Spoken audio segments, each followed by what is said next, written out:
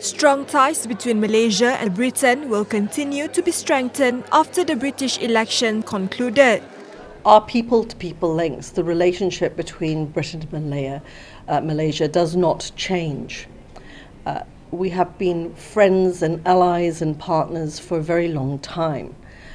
Our commitment to each other in trade, investment, our educational ties are very strong. Successive British governments have vested in the relationship with Malaysia, and Malaysian and British people, regardless of governments, have always connected and done things together, and that's how I see it continuing.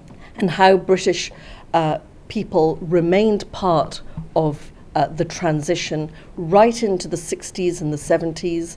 There were British police officers, judges, lawyers helping with that transition as Malaysia built up its capability. That spirit of friendship continues today.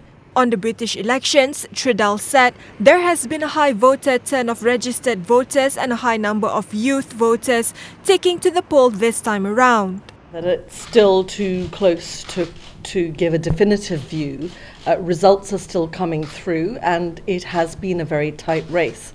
But I think one of the many stories that will emerge after we have the final results is that we actually had a very high voter turnout, 75 to 80%, which for the UK has been significant. That is one reason why I think there's a level of uncertainty about what the final outcome will be, because a lot of the people who have turned out to vote, who haven't in the past, it is not entirely clear who they would vote for. And to see so many people want to play a part in this election. So you can get high voter turnout.